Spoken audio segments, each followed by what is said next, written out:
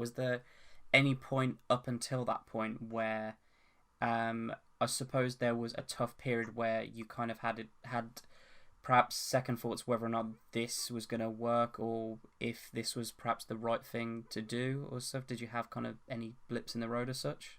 I think the cool thing was I didn't put any pressure on it.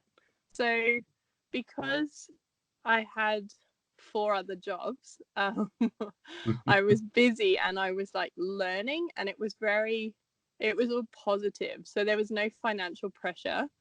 There was no pressure at all, which was amazing because it was only fun.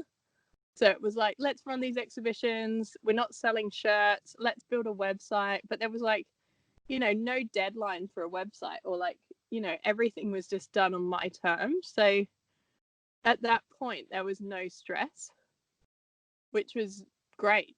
And I do tell people that if they're going to start something, like, get a job on the side where you can earn money for like 2 or 3 days, because you don't want a full-time job, because then there's no energy left for your other thing.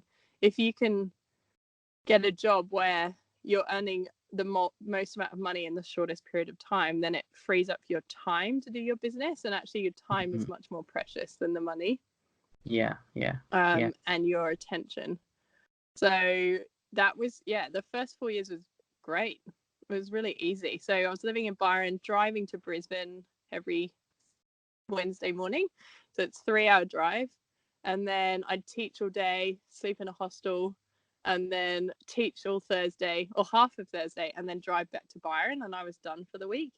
And it's just such a nice way of working, because it was like just so efficient, where you could just earn really good money. So when I moved to Byron, it's like a little surf town in Australia, and I worked out I could work 96 hours making coffee, or I could work 12 hours in Brisbane teaching for the same amount of money. And so a 6-hour commute to me was totally fine, because it actually didn't matter. Whereas most people would be like, I'm not driving 3 hours. And I was like, it's relative income.